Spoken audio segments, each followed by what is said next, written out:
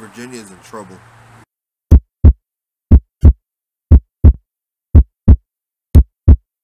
What's going on, you guys? This is Antoine, aka the Big Fella, bringing you another video.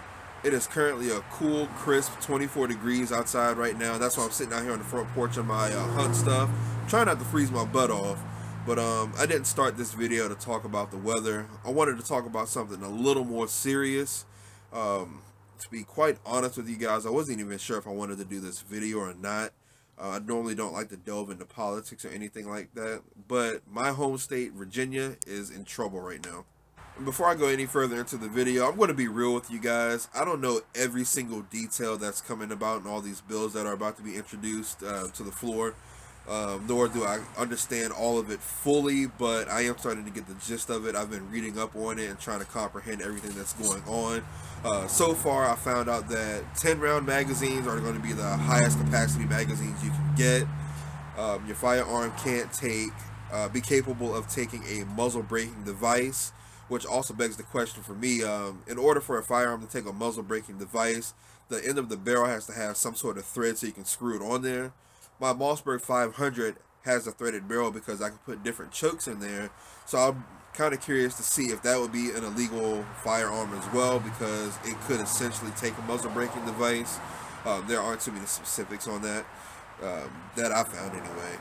And also, you know, kids under the age of 18 cannot have access to firearms, so I'm also wondering if a kid under the age of 18 can't go hunting anymore. That's a biggie for me because I just got my kids into hunting, and it's going to break their heart if I tell them, hey, you guys, you got to wait like 8-10 years before you can actually get back out in the woods with me again. And also, as far as I know, I haven't came across any literature saying that any of these firearms are going to be grandfathered in. So that means if these laws are passed, somebody's going to either come confiscate them, or we're going to have to turn in our firearms willingly.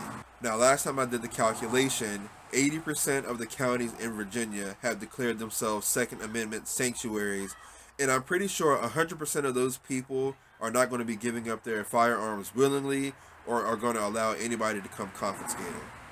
Now, when it comes to any sort of gun buyback or gun confiscation or turning my firearms in willingly, I am completely against it. Every morning before I get out of bed to get dressed and go to work, I thank God for the 3 beautiful children that I have inside that house. They are my world. I absolutely love them to death. And for instance, if we were in that Walmart in El Paso, which, by the way, I'm still praying for the families that lost loved ones in there. If we were in that Walmart and I didn't have a firearm, and those 3 beautiful children are looking up in my face wondering what they should do, and the only thing that I can tell them is, I'm sorry, kids, I don't have a way to effectively defend our lives, it would break my heart. The enemy comes to seek, kill, and destroy, and if a handful of criminals decided to come and kick in this door, I'm glad I have the firearm power to be able to effectively defend my family. If I only had 10 rounds and 5 criminals came to kick in that door and I missed a couple times, who knows what could happen. My family could be at the mercy of these criminals that have just invaded my property, and I don't have a way to effectively defend myself if these new laws come into effect. And my reasoning for appreciating the Founding Fathers for writing the Second Amendment, along with the other amendments, of course, for this nation, goes higher than being able to protect my family. It's being able to protect us as a nation as well.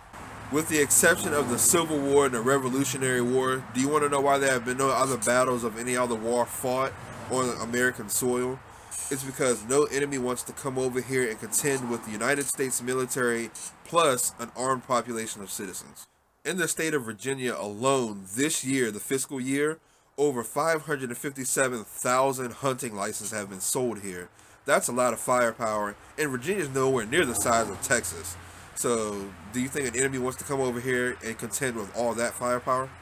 And now if we take it down a level from foreign enemy to domestic enemy, we are talking about our own government becoming tyrannical against us, which is also why the forefathers have written our Second Amendment, because they literally just got finished fighting a war with a tyrannical government overseas, and they wanted to be our own independent nation without some other tyrannical government 3,000 miles away telling us what to do.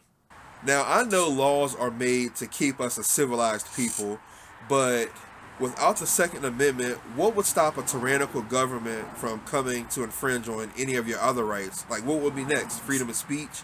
Your right to keep your personal property inside your house without somebody coming in to kick the front door without a warrant? Like, what would be next?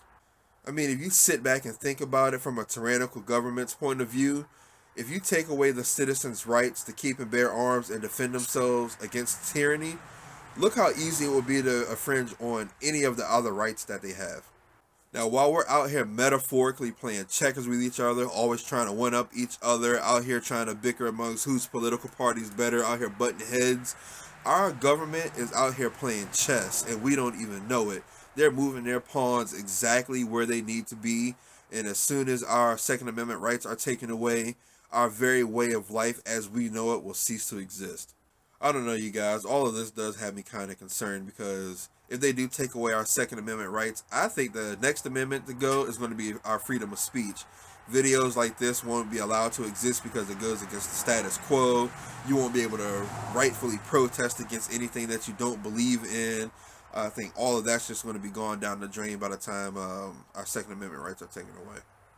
And I mean, sure, if they do come and confiscate all of the legal firearm owners' guns away from us, that's still going to leave firearms in the hands of criminals, and I do not want to live in a world where I'm unarmed and a criminal is armed.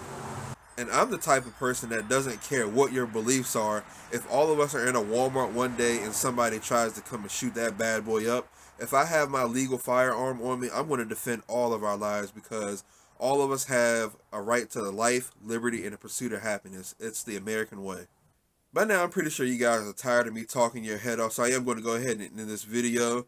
If you like this video, make sure you like it, share it amongst your friends. Leave me a random comment down there in the comment section. I love talking to you guys. Make sure you guys keep it civilized. I know the gun topic is a heated debate right now, so make sure, if you are going to be talking to somebody, make sure you keep it civilized down there in the comment section.